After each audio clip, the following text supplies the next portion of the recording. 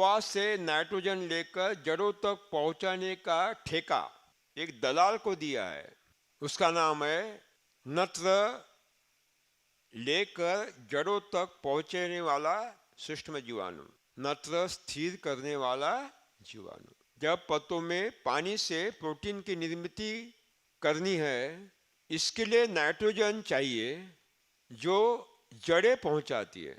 इस स्थिति में पत्ते व्हाट्सएप पर संदेश भेजता है जड़ों को कि नाइट्रोजन भेज दे, तो जड़ें वह संदेश जीवाणु को फॉरवर्ड करता है।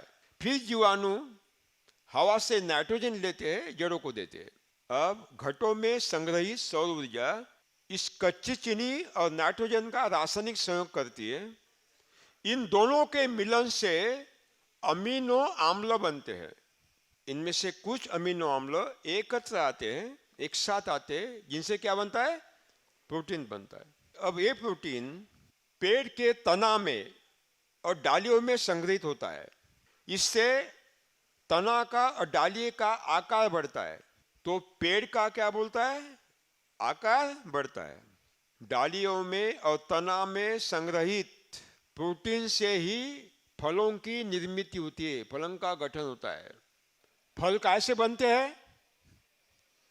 फल और दाने, गेहूं के दाने, चावल के दाने, सेब, अमरूद, आम, ये फल कहाँ से बनते हैं? काय से? प्रोटीन से बनते हैं, जो कहाँ संग्रहित होता है? तना में और शाखाओं में। कितना? अभी हम इसका गणित देखेंगे। 1 वर्ग फीट हरा पत्ता एक दिन में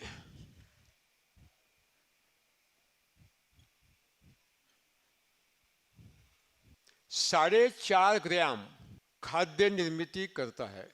इसमें से कुछ खाद्य पेड़ पौधों के श्वसन क्रिया के लिए खर्च होती है।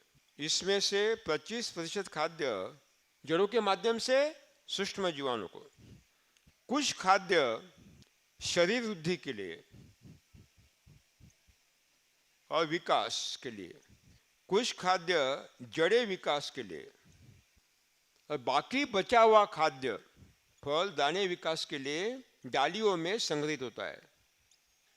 1 वर्ग फीट पत्ता एक दिन में जो 4.5 ग्राम खाद्य निर्मित करता है, उसमें से 1.33 ग्राम दाने मिलते हैं, अथवा 2.25 ग्राम फलों का भाग मिलता है। इसका मतलब है पत्ते दिन में जितना खाद्य निर्माण ज्यादा करेंगे, उतनी ज्यादा मात्रा में प्रोटीन तना में और डालियों में संग्रहित होगा, उतनी ज्यादा टन हमें फलों का उत्पादन मिलेगा।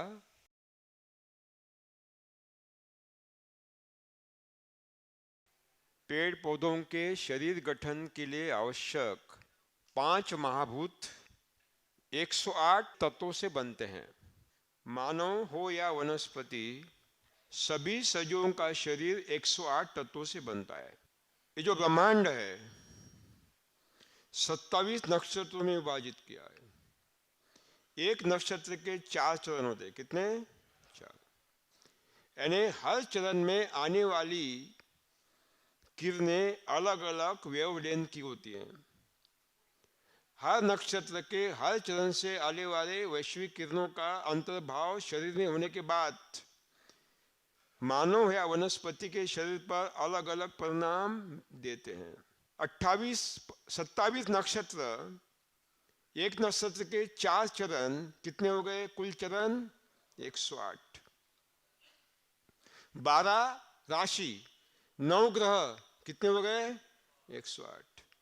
यानी इस सारा आकाश, अवकाश, सारा ब्रह्मांड मानव के शरीर से, वनस्पति के शरीर से सीधा जुड़ा है, क्योंकि द्वैत नहीं है, अद्वैत है। अब कौन से तत्व ज्यादा चाहिए, उससे कम कितने चाहिए, कौन से है, उससे भी कम कौन से चाहिए, और सबसे कम कौन से चाहिए, इस स्टैंडर्ड पर, इस मानक पर इसका विभाजन किया गया है, गुट निर्मित की गई है। 4 गुटों में विभाजित हो गए हैं 108 तत्व। कितने गुटों में? 4 गुटों में। पहले गुटों में कार्बन, हाइड्रोजन, उसको हम हिंदी में कहे उदजन, और प्राणवायु। पहले गुट में कार्बन, हाइड्रोजन, प्राणवायु, क्योंकि वो सबसे ज्यादा मात्रा में चाहिए ना। कितना प्रतिशत शरीर उससे गठित हो गया है? 98%, सबसे ज्यादा मात्रा में। उससे कम मात्रा में जो लिए जाते हैं वो है नाइट्रोजन यानी नत्र वायु, फॉस्फेट, स्फुरद और पोटेश। तीसरे गुट में उससे भी कम, ये दूसरे गुट से भी कम मात्रा में चाहिए। वो तीसरे गुटों में कैल्शियम, मैग्नीशियम माने मग्न, और सल्फर माने गंधक। बाकी जो बचे हैं 99 चौथे गुट में डाल दिए। उसको बोलते हैं सूक्ष्म खाद्य तत्व, जिसको कहते हैं माइक्रो न्यूट्रेंट। पहले गुट के 3 तत्व प्रकाश संश्लेषण क्रिया के माध्यम से अपने आप मिलते हैं। दूसरे गुट के नाइट्रोजन, फॉस्फेट, पोटैश कैसे मिलता है? देखिए, अभी नाइट्रोजन कैसे मिलता है? आप यूरिया डालते हैं, रासायनिक खाद डालते हैं। क्यों डालते हैं? क्योंकि आपको बताया गया है कि नाइट्रोजन डालना है तो यूरिया डालना ही पड़ता है। ईश्वर का कानून है कि किसी भी पेड़ पौधों के या मानव के जन्म के पहले उसके खाने पीने की व्यवस्था ईश्वर ने की है। पृथ्वी पर जब मानव बिल्कुल नहीं था, तब भी इस पृथ्वी पर धान, गेहूं के, सरसों के पौधे थे, सेब, आम, आड़ू के पौधे थे। तब मानव के पहले पौधों को खाना खिलाने वाला मानव अस्तित्व में नहीं था। मतलब सारी व्यवस्था ईश्वर ने पहले से खड़ी कर दी है। कच्ची चीनी से प्रोटीन बनाने के लिए आवश्यक नाइट्रोजन ईश्वर ने हवा में पहले ही भर दिया है, क्योंकि हवा में 78.6% क्या है? नाइट्रोजन है। हवा नाइट्रोजन का महासागर है। पेड़ पौधों के पत्ते हवा में हिल रहे हैं, डुल रहे हैं, उनके चारों ओर नाइट्रोजन का महासागर है। लेकिन कोई भी पत्ता सीधा हवा से नाइट्रोजन नहीं ले सकता। ईश्वर ने पत्तों को वो क्षमता नहीं दी है। यही व्यवस्था प्रकृति में भी होती है। प्रकृति के पेड़ पौधे भी हवा से नाइट्रोजन नहीं ले सकते, लेकिन जंगली पेड़ पौधों के पत्तों को अगर प्रयोगशाला में परीक्षण करते हैं तो नाइट्रोजन की कमी नहीं मिलती। इसका मतलब है जंगली पेड़ों को नाइट्रोजन मिल गया। इसका मतलब है कि जड़ों के पास कोई तो भी एक मध्यस्थ है जो हवा से नाइट्रोजन लेता है और जड़ों को उपलब्ध कराता है। वह एक सूक्ष्म जीवाणु है, नाइट्रोजन उपलब्ध करने वाला जीवाणु, नाइट्रोजन फिक्सिंग बैक्टीरिया। क्या कहेंगे उसको? नत्राणु। नत्राणु के 2 प्रकार होते हैं। एक है सहजीवी नत्राणु, दूसरा है असहजीवी नत्राणु। सहजीवी नत्राणु राइजोबियम, राइजोबियम जंतु, माइकोराइजा फंगस, तीसरा है नीलहरी शैवाल। सहजीवी नत्राणु। सहजीवी कितने प्रकार के हैं? 3 प्रकार के। असहजीवी एसेटोबैक्टर, बाइजेरिंकिया, पॉलीमिक्सा और अन्य। सहजीवी नत्राणु द्विदल फली वर्गीय दलहन के जड़ों के पास होता है, जड़ों पर होता है। मूंग है, उड़द है, मूंगफली है, सोयाबीन है, राजमा है, मेथी है ना। अरहर है, इनके जड़ों पर क्या होती है? गांठ। वो गांठों में क्या करते हैं? ये निवास करते हैं, है ना। ये असहजीवी एक दल फसलों के जड़ों के पास होते हैं, जिनके जड़ों पर गांठें होती हैं और जिनके बीज दबाने से बीज दो दलों में विभाजित होते हैं। उन दलहन के जड़ों पर होने वाले गांठों में निवास करते हैं। जैसे पत्तों से जड़ों को संदेश आता है कि नाइट्रोजन भेज दीजिए, तो जड़ें वह संदेश गांठों में निवास करने वाले जीवाणुओं को फॉरवर्ड करते हैं। संदेश मिलते ही ये नत्राणु हवा से नाइट्रोजन लेते हैं, जड़ों के हाथों में देते हैं, अतिरिक्त नाइट्रोजन भूमि में संग्रहित करते हैं। इसके बदले में जड़ें जीवाणुओं को चीनी खिलाते हैं। इस आदान प्रदान क्रिया को सहजीवन कहते हैं और जीवाणु को सहजीवी नत्राणु कहते हैं। ये काम राइजोबियम नाम का जीवाणु करता है। अलग अलग दलहन के फसलों के जीवाणु नत्राणु अलग अलग होते हैं। जैसे अरहर के जड़ों के गांठों में राइजोबियम स्पेसीज नाम का नत्राणु होता है, लेकिन चने के जड़ों पर राइजोबियम लोटाए नाम का दूसरा जीवाणु होता है। सोयाबीन के जड़ों पर तीसरा जीवाणु होता है राइजोबियम जॉपोनिकम। यानी अलग अलग जीवाणु अलग अलग फसलों के जड़ों पर। दूसरा सहजीवी नत्राणु है माइकोराइजा फंगस, उसको मैंने नाम दिया अन्नपूर्णा। माइकोराइजा फफूंद, देखो इसका शरीर कैसा होता है। ये माइकोराइजा, उसको क्या होता है? अनेक हाथ होते हैं। क्या होते हैं? अनेक हाथ होते हैं, पूरे फैलते हैं और भूमि में पूरे फैलते हैं।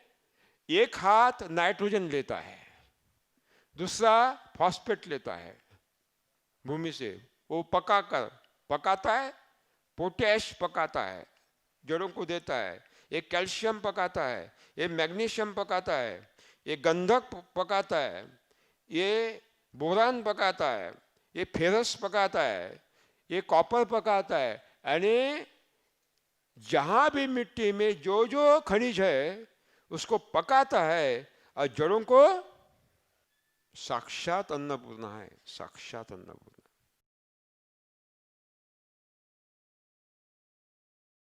नील हरित शैवाल, ये नील हरित शैवाल धान के जड़ों को लपेटता है।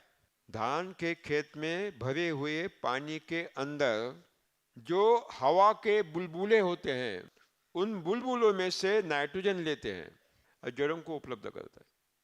साथ में धान के खेत में जब पानी भरते हैं तब विशेष रूप में पानी में काम करने वाला एक फंगस धान की जड़ों को लपेटता है और पानी में होने वाले बुलबुलों से नाइट्रोजन उठाता है और जड़ों को उपलब्ध करता है। अब लिखिए असहजीवी जीवाणु। असहजीवी जीवाणु सैकड़ों प्रकार के होते हैं। फसलों के, पेड़ पौधों के, एक दल फसलों के जड़ों के पास निवास करते हैं मिट्टी में। सहजीवी कहाँ निवास करते हैं? द्विदल। कहाँ? द्विदल। और असहजीवी कहाँ? एक दल। एक दल माने अगर कोई बीज दो उंगलियों से दबाया, विभाजित नहीं हुआ, वैसी रहा, उसको एक दल फसलें बोलते हैं। विभाजित हुआ तो द्विदल, विभाजित नहीं हुआ तो एक दल। एक दल धान, गेहूं, ज्वार, बाजरा, मक्का, जौ, मंडुआ, all cereals and all millets, गन्ना, साथ में तिलहन की फसलें। एक दल तिलहन की फसलें जैसे सूरजमुखी, अलसी, तिल, कपास के बीज जो विभाजित नहीं होते। जैसे ही जड़ों का संदेश मिलता है, ये असहजीवी जीवाणु हवा से नाइट्रोजन लेते हैं, जड़ों के हाथ में नहीं देते, जड़ों के पास मिट्टी में रख देते हैं। इसलिए उसको क्या कहते हैं? असहजीवी जीवाणु। लेकिन जड़ें उनको चीनी खिलाते नहीं, इसलिए इस क्रिया को असहजीवी नत्राणु कहते हैं।